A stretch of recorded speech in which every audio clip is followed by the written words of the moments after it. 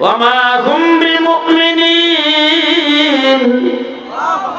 আল্লাহ বলেন তারা মুমিন না, তারা মুমিন না, কারণ তারা মানুষকে ধোঁকা দেওয়ার জন্য এই কাজগুলি করেছে। يخادعون الله والذين آمنوا وما يخدعون إلا أنفسهم وما يشعرون। আল্লাহ রাব্বুল আলামিন বলেন এরা আসলে আল্লাহকেও ধোঁকা দিতে চায়, মুমিনকেও ধোঁকা দিতে চায়। আসলে আল্লাহকেও ধোঁকা দিতে পারে নাই, মুমিনকেও ধোঁকা দিতে পারে নাই, তারা নিজকে নিজে ধোঁকা দিয়েছে।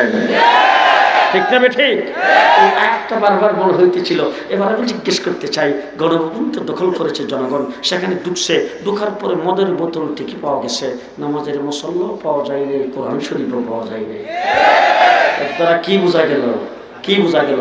পদে পদে দেশ থেকে ইসলামকে উৎখাত করার জন্য, এই দেশ থেকে ইসলামকে শেষ করার জন্য পদে পদে কাজ করেছ।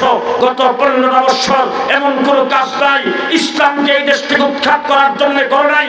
শিক্ষা ব্যবস্থা থেকে ইসলামকে বাদ দিয়ে নাস্তিকার ভুট্টাদের শিক্ষা বাংলাদেশে চালু করেছ, ইসলামী শিক্ষার গুড়া কর্তন করেছ।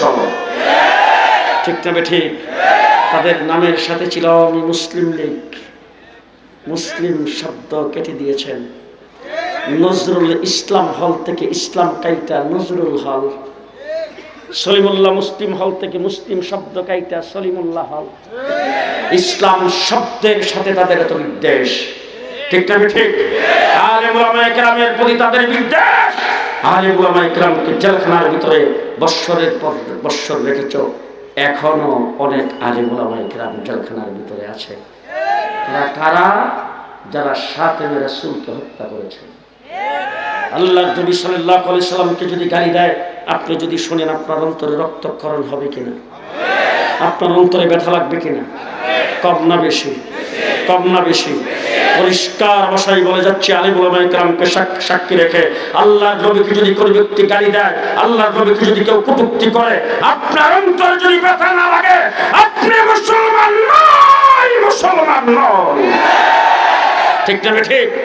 গুজরাটে যখন মোদি মুসলমানদেরকে হত্যা করে, কাশ্মীরে যখন মুসলমানদের উপরে গুলি চালায়, মুসলমানদের রক্ত যখন ঝরতেছে, আমরা যখন কাশ্মীরের পক্ষে মিছিল করি, তখন কাওয়া কাদের বলে এটা আভ্যন্তরীণ বিষয় ভারতের। আমরা পরিষ্কার ভাষায় বলছি, আজকে যদি ভারতের কোনো একজন মুসলমানের গায়ে আচর লাগে, এটা মুসলমানদের, এটা ভারতের আভ্যন্তরীণ বিষয় নয়, এটা মুসলিম উম্মার বিষয়। ঠিক না ঠিক? মুসলিম উম্মার বিষয়। মিস্টার মোদি সাহেব আমাদের দেশটাকে দখল করে নেবেন, নানান ধরনের পাইতারা শুরু করে দিয়েছেন। আবার 16 তারিখে বলছেন যে দেশটা হিন্দুস্তানের বিজয়। এই কথা বলে আপনি কি ভাবছেন হাসিনাকে কুলে বসায়া দেশটা দখল করবেন? সাবধান, একটু আফগানিস্তানের দিকে তাকাইবেন। বিশ্বের সবচাইতে বড় পরাশক্তি আমেরিকাকে ব্যাম্পাস করে বিদায় করে দিয়েছে। মিস্টার মোদি সাহেবকে বলবো, আপনারও দুটিটা সামলান, দুটি সামলান। নতুবা জানে রাখেন, আপনার দেশ বড়, আপনার সৈন্য বেশি, আপনার জনগণ বেশি, আপনার পেটের ভিতরে আমরা আছি।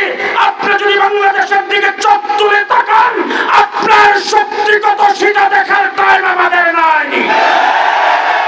আমরা উচিত জবাব দিয়ে ছাড়বো ইনশাআল্লাহ। আপনারা প্রস্তুত আছেন তো? প্রস্তুত আছেন তো ইনশাআল্লাহ? আছেন না প্রস্তুত? আমরা মুহাম্মদুর রাসূলুল্লাহ সাল্লাল্লাহু আলাইহি ওয়াসাল্লামের উম্মত, শাপলা চত্বরে আমরা রক্ত দিয়েছি আল্লাহর নবীর ইজ্জত রক্ষার জন্য। ঠিক কিনা বলেন? সুতরাং আমাদের ইতিহাস হলো রক্ত দেওয়ার ইতিহাস। রক্ত আমরা যত দিতে পারি, অত আর কেউ দিতে পারে না। বলেন পারে? দেশের জন্য রক্ত প্রয়োজনে আবার দেব। আজকে অন্তর্বর্তীকালীন সরকারকে বলতে চাই, শাপলা চত্বরের রক্তের উপরে দাঁড়িয়ে আপনারা ক্ষমতায়, আপনাদেরকে কারো দালালি করার জন্য ক্ষমতায় বসানো হয় নাই, কাউকে আপনারা ভালোবাসার জন্য ক্ষমতায় বসানো হয় নাই। পরাজিত শক্তি যারা বাংলাদেশ থেকে বিতাড়িত হয়েছে, যারা 15 বছর পর্যন্ত রক্তপাত ঘটিয়েছে, আমার ভাইদের উপরে গুলি চালিয়েছেন, শাপলা চত্বরে আলেম ওলামায়ে কেরামের উপরে গুলি চালিয়েছে, 57 জন আর্মি অফিসারকে হত্যা করেছে, তাদের সঙ্গে কোনো প্রকার সহানুভূতি দেখাবেন, আবার আপনাদের বিরুদ্ধে আমাদের আন্দোলন হবে, সংগ্রাম হবে।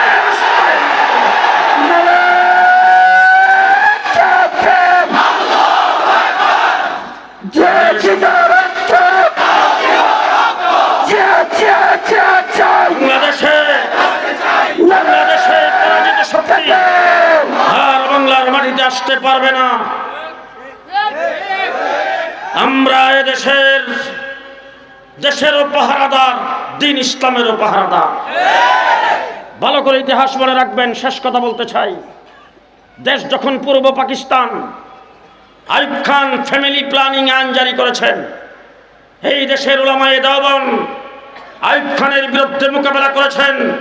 আল্লামা শামসুল হক ফরিদপুরি রহমতুল্লাহ আলাইহির নেতৃত্বে দেশ স্বাধীন হওয়ার পরে রাষ্ট্রীয়ভাবে এদেশ থেকে ইসলামকে মুছে ফেলার ষড়যন্ত্র শুরু হয়েছে। উলামায়ে কেরাম মোকাবেলা করেছেন। হাফিজি হুজুরের নেতৃত্বে যখন শিখা চিরন্তন জেলে এদেশের মানুষকে মুশরিক বানাইতে চেয়েছে, উলামায়ে কেরাম মোকাবেলা করেছেন। শাইখুল হাদিস আল্লামা আজিজুল হকের নেতৃত্বে তসলিমা নাসরিন যখন কুরআন পরিবর্তনের কথা বলেছেন, আমরা মোকাবেলা করেছি। বাইতুল মুকাররমের খতিব উবাইদুল হকের নেতৃত্বে হাইকোর্ট থেকে যখন দুইজনের বিচারপতি ফতোয়ার বিরুদ্ধে রায় দিয়েছে, আমরা মুফতি আমিনের নেতৃত্বে তার মোকাবেলা করেছি। শাহবাগে নাস্তিকা মুরতাদরা একত্রিত হয়ে যুদ্ধাপরাধীদের বিচারের দাবিতে যখন আল্লাহ রাসূলকে নিয়ে কটূক্তি করেছে, আল্লাহ মাহমুদ শফির নেতৃত্বে শাপলা চত্বরে রক্ত দিয়ে আমরা তার মোকাবেলা করেছি। 2021 সালে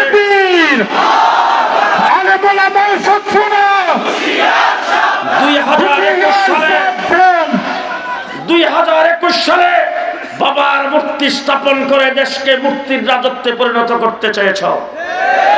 আমরা একটা মূর্তির বিরুদ্ধে কথা বলেছিলাম, আর কথাটা এমন সুন্দর করে বলছি, মাননীয় প্রধানমন্ত্রী আপনি আপনার বাবার মূর্তিটা যে লাগাইবেন, এটার মাথায় বইয়া কাকে যখন পায়খানা করব তখন আপনি কি করবেন? সুতরাং এখানে পশু পাখি এটার মাথায় বসে পায়খানা করবে। সুতরাং আমরা আপনার বাবাকে ইজ্জত আর সম্মান দিতে চাই। তার নেতৃত্বে দেশ স্বাধীন হয়েছে, এই জন্য মূর্তির আপনি লাগায়েন না। এরপরে বৎসরের পর বৎসর এই কথা বলার কারণে, মূর্তির বিরোধিতা করার কারণে আমাদেরকে জেলখানায় ঢুকাই ফেললেন। গত 5ই আগস্টের 11টা 11:30টায় আপনি পদত্যাগ করেছেন। 1 ঘন্টার ভিতরে আপনার বাবার সব মূর্তি বাংলাদেশ থেকে বিদায় হয়েছে। ঠিক না ঠিক? কাগজে কলমে সাংবিধানিকভাবে আইন করে প্রত্যেক অফিস আদালতে সব জায়গায় আপনার বাবার ছবি টানাইবার ব্যবস্থা করেছিলেন, একটাও নাই। ঠিক কিনা বলেন? এমন ভাবে মূর্তি ভাঙছে, হাই হাই, টেলিভিশনে দেখেছি, সামনাসামনি দেখিনি। মূর্তি তো ভাঙছেই, আবার জুতার গলাও মালাই দিছে, জুতার মালাও গলায় দিছে, দিয়া তারপরে ভাঙছে। এক মূর্তির মধ্যে দেখলাম একটা বাচ্চাকে যেন উপরে আলগি দিয়ে বসাই দিছে মাথায়, এ মাথার মধ্যে বই পেশাব করতেছে।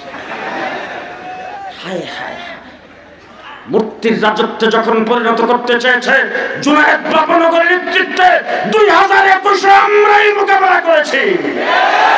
কোঠা বিরোধী আন্দোলনে ছাত্ররা যখন নামছে, তাদের বুক বরাবর যখন গুলি চালানো হয়েছে, তারা যখন শহীদ হইতে শুরু করেছেন, আমার কওমি মাদ্রাসার ছাত্র একজন করে বসে থাকে নাই, সবাই রাস্তায় নেমেছেন। 84 জন জীবন দিয়েছে, রক্ত দিয়েছি আমরা। সামনে বাংলাদেশের সংবিধান প্রণয়ন হবে, ইসলাম ভিত্তিক সংবিধান হতে হবে, শিক্ষানীতি প্রণয়ন হবে, ইসলাম ভিত্তিক শিক্ষানীতি হতে হবে। বাংলাদেশ হবে ইসলামের দেশ। পরিষ্কার ভাষায় বলতে চাই, আজকে দেশটা 54 বছর হয়েছে, স্বাধীন হয়েছে। শেখ মুজিব ভাই সেই ঘোষণা দিয়েছেন, আমার সোনার বাংলা, আমি তোমারই ভালোবাসি। আপনারা যারা এখানে এসেছেন দেখছেন কিনা জানি না, আমি দেখছি 1974-এ একজনে বমি করছে, আরেকজনে খাইছে। রাস্তার কিনারে কুসুর ডুবা একটাও নাই, সব শেষ। হা হা। কিছুদিন পরে আরেকজন এসে বলল সবুজ বাংলা, এরপরে আসছেন আরেকজন এসে বললেন নতুন বাংলা। লেডি প্রধানমন্ত্রী ক্ষমতায় এসে মডার্ন বাংলাদেশ, কিছুদিন পরে আধুনিক বাংলাদেশ, এরপরে ডিজিটাল বাংলাদেশ। পদ্মা সেতু উদ্বোধনের সময় ঘোষণা দিয়েছেন স্মার্ট বাংলাদেশ। কি বাংলাদেশ? জি, এবার জুলাই আগস্টের আন্দোলনে যেই দেশ নতুন করে স্বাধীন হয়েছে, এই দেশ আগামীতে হবে ইসলামের বাংলাদেশ। ইসলামের বাংলাদেশ। কে কে রাজি আছেন 2 হাত উঠে বলেন।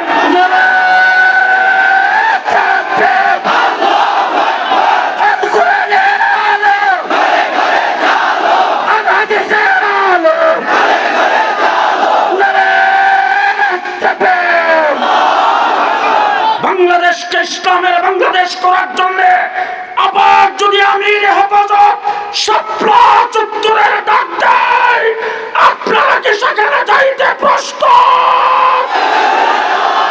প্রস্তুত আছেন তো ইনশাআল্লাহ? প্রস্তুত আছেন তো ইনশাআল্লাহ?